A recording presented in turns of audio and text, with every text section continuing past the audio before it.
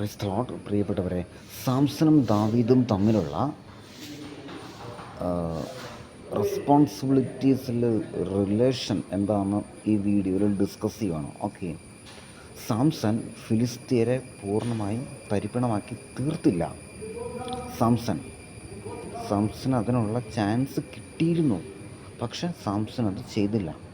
കാരണം സാംസൻ്റെ ജീവിതം എന്ന് പറഞ്ഞാൽ അവൻ്റെ ജീവിതത്തിലേക്ക് ഫസ്റ്റ് വരുന്ന ലൈഫ് പാർട്ട്ണർ, അതായത് ഫിലിസ്തീയ യുവതി. ഈ യുവതിക്ക് ഭയങ്കര ഭയമാണ്.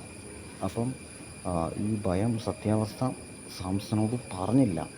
അവൾ ഭയം കാരണം സത്യാവസ്ഥ സാംസണോട് പറഞ്ഞിരുന്നെങ്കിൽ അവൾക്ക് നല്ലൊരു ജീവിതം ഉണ്ടായേനെ. അതായത് ഇവിടെ സാംസൺ സ്നേഹം മറച്ചു വയ്ക്കുന്നു, അവൾ ഭയം എന്ന വികാരം മറച്ചു വെച്ചു.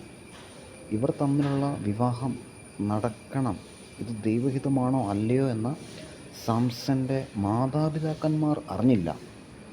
ഇത് നിങ്ങൾ ബൈബിൾ വായിച്ച് മനസ്സിലാക്കണം. ആൻഡ് ഒടുവിൽ ഫിലിസ്തീയർ വേശ്യനെ അയച്ച് സാംസനെ കീഴടക്കുന്നു.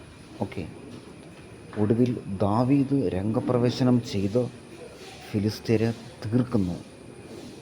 ഓക്കെ.